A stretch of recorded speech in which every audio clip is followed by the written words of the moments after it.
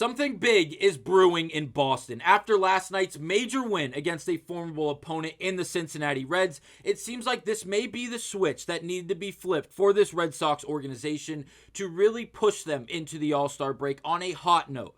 I'm here to break down the first appearances for Jordan Hicks, as well as a historic night for Wilyer Homeruns and this Red Sox offense. We'll break down all of that on this episode of Red Sox Digest. But first, before we get to the news and information, please do remember to scroll down and click that subscribe button to stay up to date on everything Boston Red Sox, as nearly 90% of you guys watching this video are not currently subscribed to the channel. We do appreciate the love and support, so thank you guys. But now let's get to it and break down something to build off of for this Red Sox organization, as last night was a huge flip of the switch, and not only for the offense, but for the entirety of the Red Sox organization. And I'm here to explain why. And we're going to start with the fact that the Red Sox were able to jump all over the young prospect, one of the best prospects in the sense of starting pitching in all of baseball, in Chase Burns. Now, if you don't know who this young man is, he's like 22 years of age, and he is a flamethrower, legitimately. Averages 100 miles per hour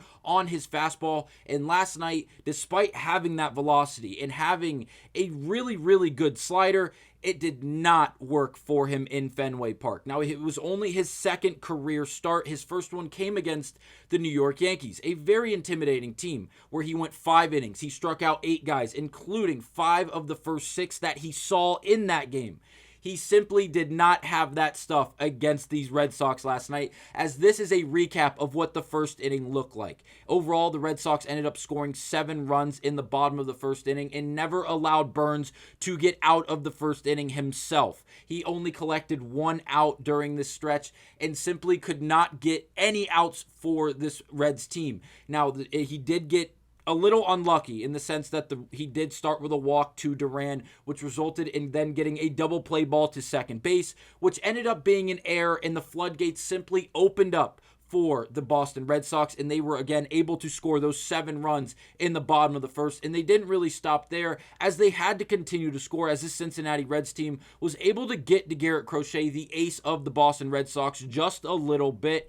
And just enough to make it interesting, we'll say. I had never felt like the Reds really had a chance to jump back into this game because of well-timed swings from the Red Sox, and especially Wilyer Homeruns, which we'll break down in just a second. But for Crochet and his overall day yesterday, he went 6 innings. He gave up 7 hits, 5 runs, 4 of them earned, 1 walk and 9 Ks, 1 home run.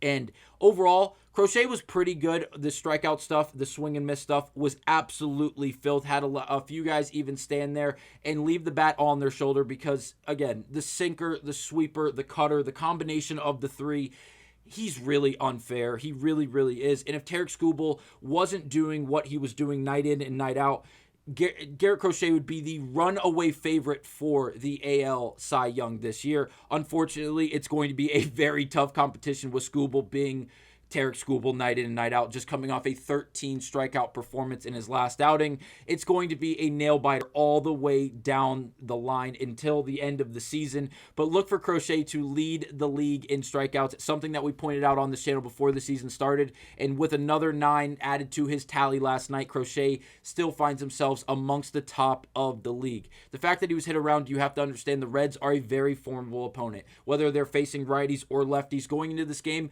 they were very subpar. They were below league average in the majority of offensive categories, against left-handed pitching. But last night they have good bats. They take good at bats.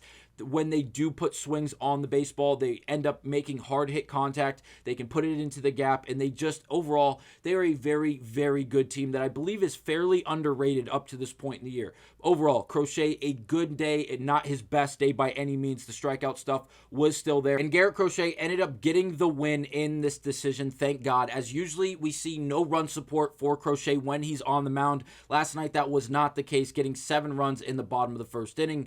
So much run support that Lou and the rest of the broadcast team was even making jokes that maybe Crochet can't play with this much run support because well, his outing with the run support wasn't nearly as good as when he doesn't have any run support. Something that was pretty funny in the moment, but again, the Red Sox were able to give him that run support and get a win for Crochet on the season. Something that is very good to see, as it feels like a rarity a lot of the time. Now 8-4 on the season, but the run support that he got, what did the lineup look like? Well, Jarren Duran did his job. He got on base a lot, ended up scoring 3 runs in this game at the leadoff spot, something we hope to see night in and night out from Jarren Duran, as he's that just threat at any time. Whether he's in the batter's box, he can hit one over the fence like he did last night, wrapping it around the pesky pole, or again, just hitting singles or extra base hits and then moving around the base paths. He is a threat night in and night out, whether or not he's hitting 300 or not. If he can walk, if he can get hit by a pitch, all he has to do is get to first base in any form or fashion, and he is immediately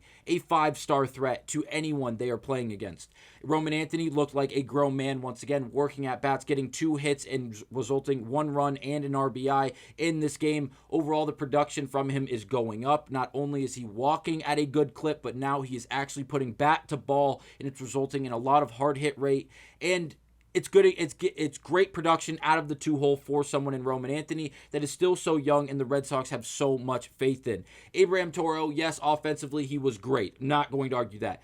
Defensively, at first base, Toro saved the Red Sox probably 100 times last night. Multiple picks at first base that he had no business making the play of, and he got the job done, and it got the Red Sox major outs, and I am loving Abraham Toro at first base for this Red Sox team, especially defensively. Yes, offensively, he had 1 hit. He scored 2 runs last night and drove in a run as well while walking twice. Overall, great production at the plate, and we've seen him play very, very well offensively up to this point in the year while he's got the playing time.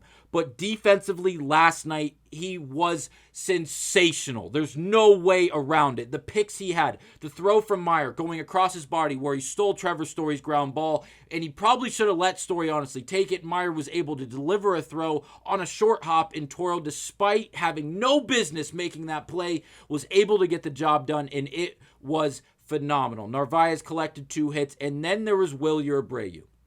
Wilyer Abreu collected 2 hits last night in 5 at-bats.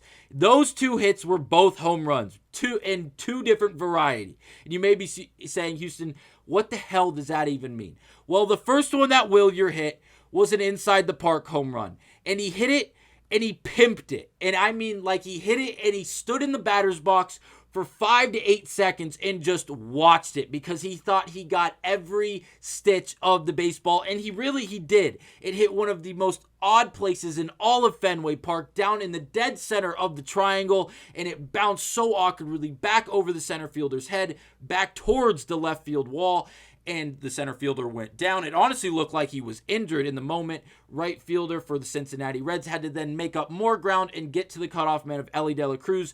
Wilyer never stopped sprinting. He was not running. He was sprinting around the bags the second he decided to actually run out of the batter's box. Again, I will tag it down below. I don't have it for you guys to play it in this video, but I will tag it in the description if you'd like to watch it and not look it up yourself. He just sat there and stood at it because he thought he got it. He thought it was out of the park. He thought it was a no-doubter, and it just caught a piece of the wall. Wilyer ended up getting on his horse, running all the way around the bases, or sprinting all the way around the bases. Cutoff hit Elly De La Cruz, but the ball was a bit bobbled. The ball was a bit low on delivery. Elly never even made a throw. Wilyer went headfirst into home plate without even needing a slide, and all of Fenway was on fire. And that was the first one he hit. If you see on Reel, this is a great app if you don't know what it is. It shows you, obviously, the launch angle. It shows you the exit velocity, how far it went, the average, a batting average on a hit like that, and how many parks it's a home run in.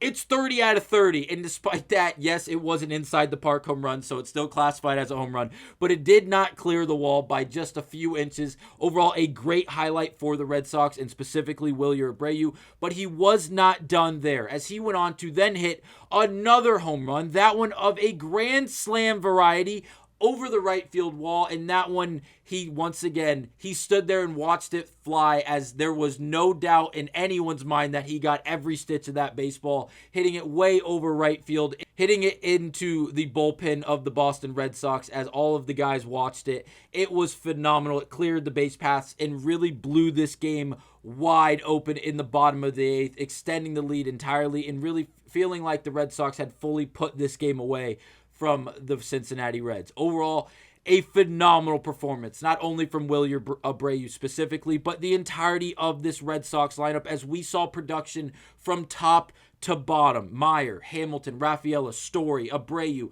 everyone involved, everyone that got at bats was involved in last night's success for this Boston Red Sox team, and it was a joy to watch. Giving their ace, Garrett Crochet, run support, and not stopping there, despite him getting pulled, and then relying on guys like Jordan Hicks, who made his first appearance for the Boston Red Sox last night, even more run support, giving him the ability to be comfortable on the mound and go out there and attack with strikes. Let the defense work behind you. And overall, a phenomenal performance, something that I really did enjoy watching. Now, back to the Jordan Hicks conversation, because we have to cover it before this video concludes. The Red Sox today reinstated right-handed pitcher Jordan Hicks from the 15-day IL. Hicks will wear number 46 to make room. Boston optioned right-handed pitcher Zach Kelly to AAA. Now that happened. Obviously, Kelly goes down. Jordan Hicks comes up, and Jordan Hicks made an appearance last night. He went 1 inning. He only pitched 10 pitches, 7 of them in which were strikes, and he ended up striking out one guy, and again, not giving up any base runners to the Cincinnati Reds in the 1 inning of work that he got. Overall, loved what we saw from Jordan Hicks. He was throwing, he threw the hardest pitch of the night at 100 and, where did I put it? 100.5 miles per hour, higher than Chase Burns' highest pitch in that game. Overall, he was able to throw that fastball over 100 miles per hour consistently. He added it with a sinker and a slider that was or sweeper, however you'd like to address it. And he looked really, really good as a high-leverage reliever, as someone going into the 7th and 8th inning to get the Red Sox to that 9th inning. Hicks could absolutely be the guy. And by the time this season comes to an end, we could possibly see Hicks in a closing situation, depending on the situational matchups. I enjoyed everything I saw from the Boston Red Sox last night, offensively, defensively, and on the pitching side of things. It was phenomenal to watch for the Boston Red Sox, and as a fan of this Red Sox organization, I think this is really going to flip the switch for this Red Sox team going forward and producing a great ending to the first half of the season going into the All-Star break. Let me know your predictions for the rest of this season and going into the All-Star break, and how the Red Sox will overall look. And I'll see you guys on the next episode of Red Sox Digest.